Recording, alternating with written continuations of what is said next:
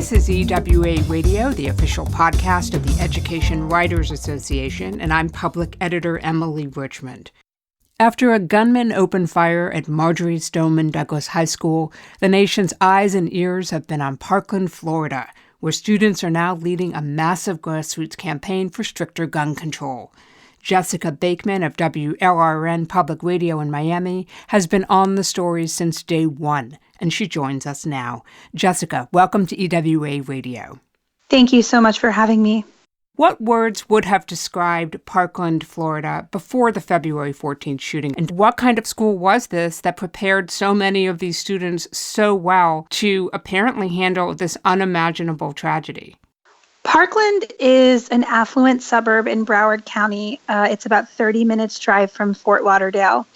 And the school itself I've heard described as the jewel of the community. It's top-notch academically. And, obviously people around the country have been impressed by and almost astonished by how poised and articulate and passionate the students are who have been speaking out since the shooting in favor of gun control.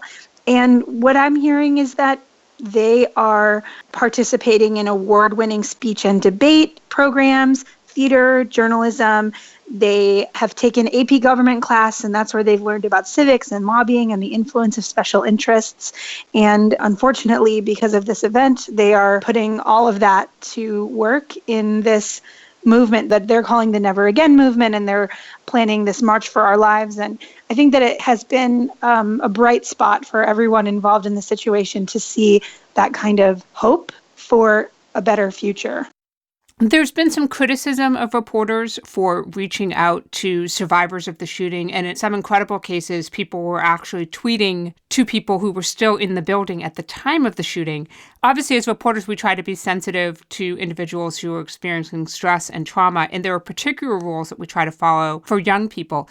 What's been your process for that in terms of trying to respect those boundaries, but at the same time, you still have to do your job and get the story?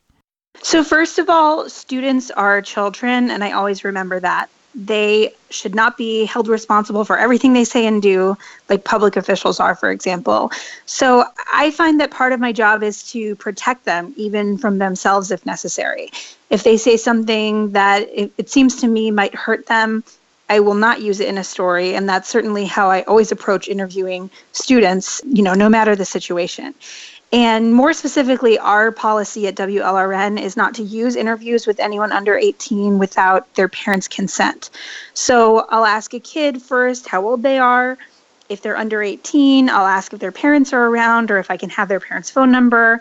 And then either before or after the interview, I'll call their parents and ask them, is it okay with you if I use this interview with your child?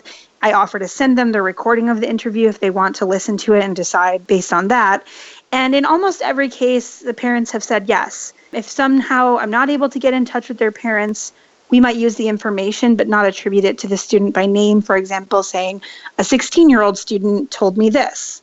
As for the fact that they're dealing with stress and trauma, I just try to be more of a human than a journalist and not worrying about what do I need to get for my story, but how can I best tell the story of this community in a way where I'm not being intrusive and I am not inflicting pain on people who are already dealing with so much pain.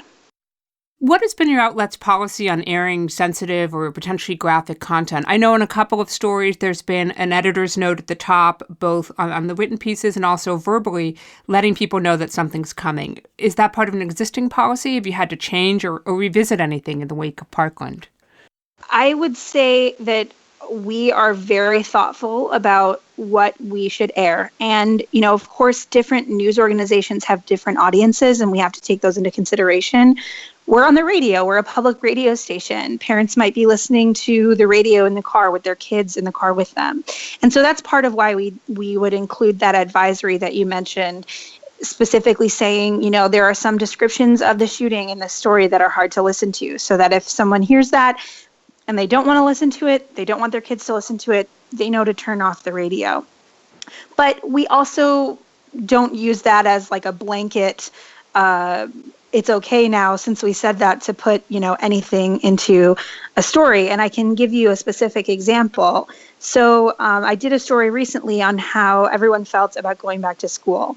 And I had talked to a freshman student and their mom the day after the shooting at a vigil. The mom was very emotional, and the daughter actually was shell-shocked. Her face was blank. Her voice was low and wobbly. And her mom told me she believed angels were around her daughter that day because 2 of her classmates were shot right next to her, but somehow the bullets missed her. And then the daughter described to me how she saw one of her classmates die, and she used the student's name. So first of all, of course, we decided we would not include the name because there's no journalistic value in subjecting that student's parents to the imagery of their child's last moments. But we also decided to take out the description itself because it was disturbing and graphic and upsetting, and we decided gratuitously so. But we kept the mother's assertion that the bullets had just missed her daughter. We kept the daughter's comment that what she saw didn't look or feel real. But we didn't include the unfiltered recollection of this traumatized 14-year-old. And like I said, we put the advisory at the beginning to warn listeners, and we also put a note at the end directing them to a list of free mental health resources that we had compiled. So that's how we felt like we would responsibly handle that kind of a situation. So, Jessica, I listened to that story, and what caught me there, and it was fascinating to hear you sort of talk about what wasn't in there, because it's a very complete story and complete moment. But there's a moment in there that made me catch my breath, and that is when you asked the mother whether the daughter was going to return to school. And you hear this pause, and the mother sort of gather herself and take a breath. And it's almost a sob, and she talks about how she's just not sure she can send her back, that she may want to homeschool her. But that moment that you captured in sound was incredibly powerful, and it wasn't even words. Radio is so powerful because you can hear the emotion in a person's voice, and their descriptions of what something looked like or sounded like or smelled like is so much more powerful in their own words and in their own voice than it is if it's paraphrased or even quoted by a journalist in a print story or a story on the web, because like you said, you can hear that emotion, you can hear the pause, you can hear the breath, you can hear the sob, you can hear how a person's voice starts to change. And so we understand how powerful that is, and also feel that that comes with an even greater responsibility to not exploit that kind of emotion, and to understand the effect that hearing something like that can have on a listener. And certainly it's not our intention to traumatize any of our listeners, but we also are, like all journalists, thinking about that balance of afflict the comfortable and comfort the afflicted. We also don't want to sugarcoat what happened. What happened was horrible. And there are real questions going on right now about steps that government agencies can take to try to prevent this from happening in the future. And so we don't want to be a part of a narrative that is downplaying what happened either. We're talking with Jessica Bakeman of WLRN Public Radio in Miami about the aftermath of the Stoneman Douglas High School shooting. Don't miss an episode of EWA Radio. You never have to. You can find us on your favorite podcast app. And don't forget to take a moment to rate us on iTunes. Your support and feedback will help us grow. Jessica, I want to turn for a moment to some of the students and the parents and what's been happening from a national perspective. President Trump has suggested that one of the solutions here might be to actually arm educators and have teachers carry guns in the classroom. What's been the response to that locally? Well, in addition to the president making that suggestion, there's also a proposal now moving through the Florida legislature that would allow that in some cases. So basically, the governor, Rick Scott, has said he doesn't support that, but he has not gone so far to say that he would veto a bill if it came to his desk, including that. And basically what's happening now is the Florida legislature is working on a pretty comprehensive gun safety bill that includes raising the age of purchasing guns from 18 to 21, creating a 3-day waiting period before you can purchase guns. It also has additional funding for mental health services and some changes as to how law enforcement can try to make sure that someone who is in danger of harming themselves or others would not have a gun, but it also includes what they're calling the Marshall Program, which basically would allow teachers, if they want to, or other school staff members, to essentially become a law enforcement officer and have a gun on them or in their classroom so that if there was an active assailant situation, like a shooting, the teacher or the school staff member would be able to use that gun and would be doing it as a law enforcement officer. Currently, the proposal says that both the sheriff and the school board in a locality would have to opt in, and then also it would be voluntary for teachers. But as that has moved through the legislature, they have amended it so that it would be mandatory for sheriffs. And there are parents who were only willing to support it, parents from Parkland who were only willing to support it because they felt it wasn't going to be in their backyard. Maybe that's something that they need in some rural county where it takes a long time for police officers to get to a school. But in Broward County, they feel they don't need that, they don't want that, and they are sure that their sheriff and their school board would agree, but they do feel that they're worried that the opt-in or the voluntary aspect of it could become degraded and that it could be something that's mandatory, and they don't want guns in their schools.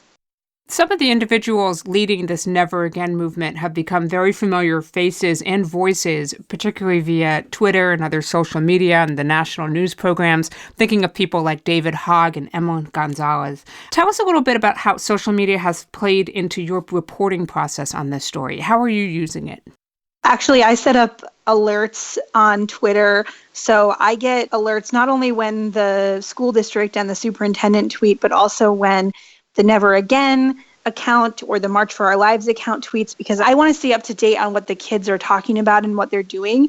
Like I said, I think that their activism has been sort of a bright spot in the story. It's been a relief for a lot of the people covering it, because when you have to talk to students who are hurting and maybe don't want to talk to you, that's really difficult. But when you have students who are coming forward and saying, I really want to talk to you because I want my message to get out there and be heard, that's like, it feels a lot easier to do those kind of interviews. And also it feels important.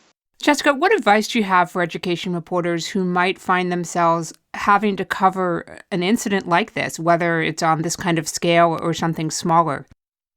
You know, Emily, I don't know if I have any advice. I feel like the only thing I can say is just try to be sympathetic and empathetic and sensitive and aware of how your work is affecting the people you're talking to and the people around you. And I think that every journalist does that every day, and they don't need me to tell them that. Jessica Bakeman reports on K-12 and higher education for WLRN, South Florida's NPR affiliate. Jessica, thank you for being here. Thank you so much. That wraps up another episode for us. The mission of the Education Writers Association is to strengthen the community of education journalists and improve the quality of education coverage. For more than 70 years, EWA has helped reporters get the story right. Thanks for listening, everybody, and have a great week. We'll see you soon.